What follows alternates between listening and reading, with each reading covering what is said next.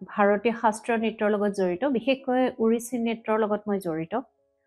অসমত জন্ম হৈও আজিৰ পৰা বহু বছৰ আগতে 1985 চনত মোৰ গুৰু গৰিমা হাজৰিকাই ওড়িশী নৃত্যৰ জগতখনৰ লগত মোক পৰিচয় কৰাই দিছিলে।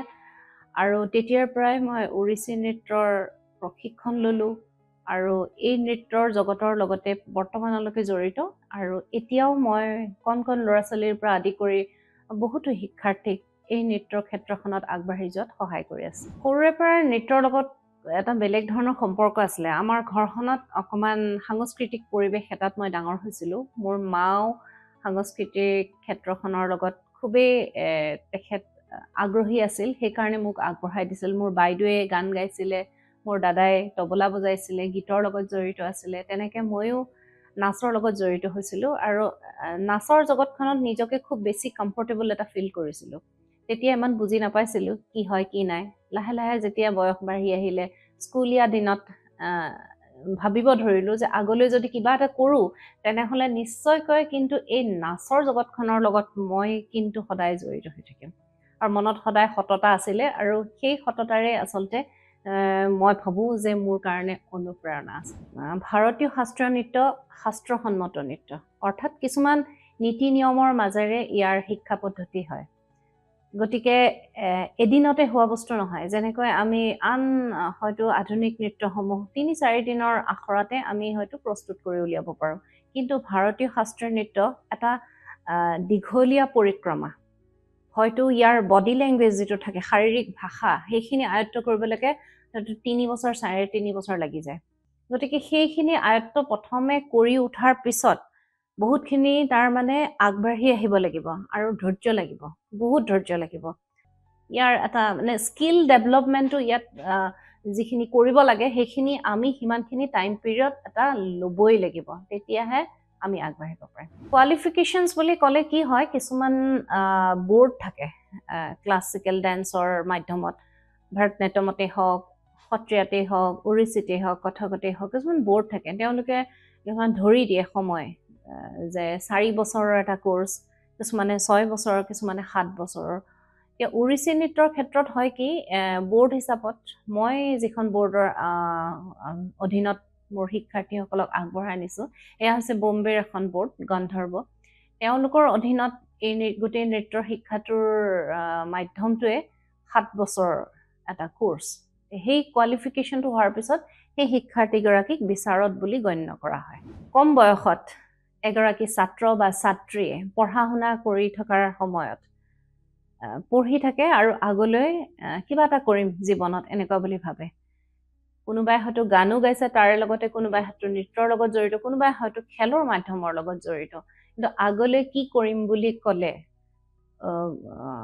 জ্যেষ্ঠসকলে যেতিয়া তেওঁলোকক প্ৰশ্ন সোধে, এইটো এটা বৰ ডাঙৰ চেলেঞ্জ হয়। ময়ো আছিলোঁ পঢ়াৰ লগত জড়িত, খুবেই চিৰিয়াছ আছিলোঁ পঢ়া শুনাৰ ক্ষেত্ৰতো, কিন্তু মনত অনবৰতে এটা অহৰহ মোৰ ঘূৰি থাকিছিলে, সেইটো হৈছে মই নৃত্যৰ মাধ্যমটো কিন্তু কেতিয়াও এৰি নিদিওঁ। মোৰ কাৰণে সেইটো এটা ডাঙৰ চেলেঞ্জ আছিলে, কিয়নো কোনোবাই যেতিয়াই কয় তুমি নাচা, ঠিকে আছে, মানে মই যিমান আগ্ৰহী বা যিমান চিৰিয়াছলি লওঁ, হয়তো তেওঁলোকে সেইখিনি বৰ এটা গ্ৰহণ কৰিব নোৱাৰিছিলে।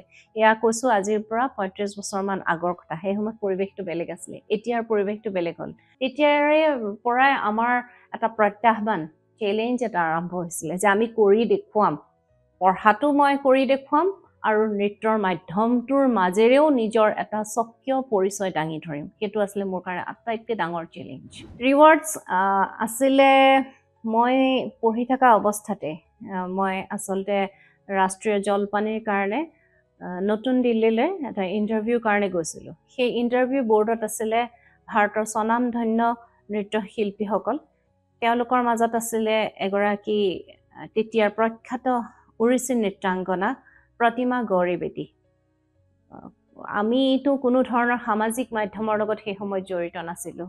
যি অলপ দেখিছিলোঁ নিউজ পেপাৰত, মেগাজিনত অথবা টিভিৰ মাধ্যমেৰে যিমানখিনি দেখিছিলোঁ। গতিকে তেখেতক দেখিয়ে এটা বেলেগ ধৰণৰ মনত ভাৱ এটা আহিছিলে, ইমান এগৰাকী প্ৰখ্যাত নৃত্যশিল্পীৰ সন্মুখত নাচিম। এটা ইণ্টাৰভিউ আচলতে ৰাষ্ট্ৰীয় জলপানীৰ কাৰণে ভাৰত চৰকাৰৰ তৰফৰ পৰা।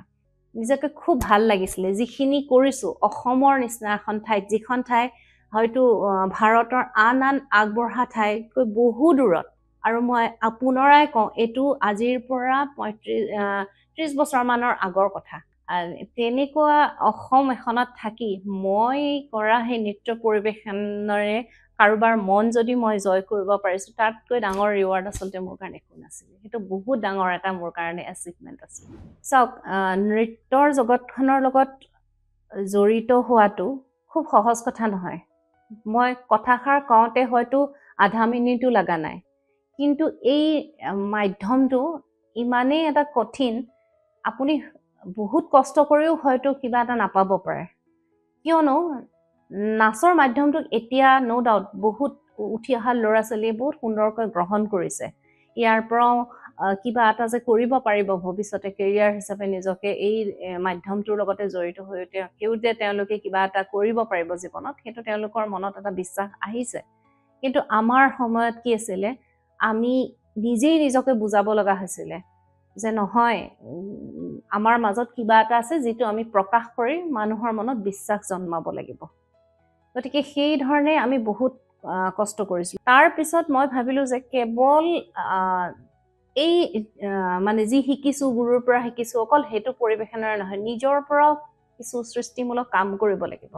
সেই সৃষ্টিমূলক কাম কৰাত মই নিজকে নিজে নিয়োগ কৰিলোঁ। গতিকে মই কোৰিঅ'গ্ৰাফীৰ যিটো দিশ, সেই কোৰিঅ'গ্ৰাফীৰ দিশত নিজকে এতিয়াও জড়িত কৰি ৰাখিছোঁ। কোৰিঅ'গ্ৰাফীৰ মাধ্যমেৰে মোৰ ইতিমধ্যে বহুতকেইখন প্ৰডাকশ্যনছ হৈছে, যিকেইখন অসমৰ বিভিন্ন ঠাইৰ লগতে ভাৰতৰ বিভিন্ন ঠাইত মই ইতিমধ্যেই পৰিৱেশন কৰিছোঁ, যথেষ্ট সমাদৰ লাভ কৰিছোঁ। ৰাষ্ট্ৰীয় সমাৰোহ তথা আন্তঃৰাষ্ট্ৰীয় সমাৰোহতো মোৰ সেই কোৰিঅ'গ্ৰাফিক প্লেসমূহ মই পৰিৱেশন কৰিছোঁ, যথেষ্ট সমাদৰ লাভ কৰিছোঁ, আৰু সেইবিলাকে মোৰ মনত দুগুণ উৎসাহ আৰু সাহস দিছে আচলতে।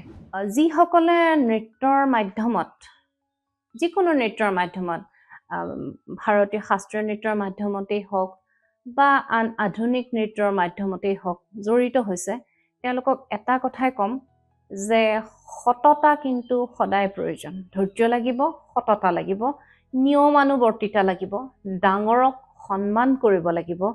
কেৱল মই যিটো কৈছোঁ সেইটোৱেই যে সৰ্বশ্ৰেষ্ঠ তেনেকুৱা কথা নহয়, আনৰ কথাও আপুনি গ্ৰহণ কৰিবলৈ শিকিব লাগিব।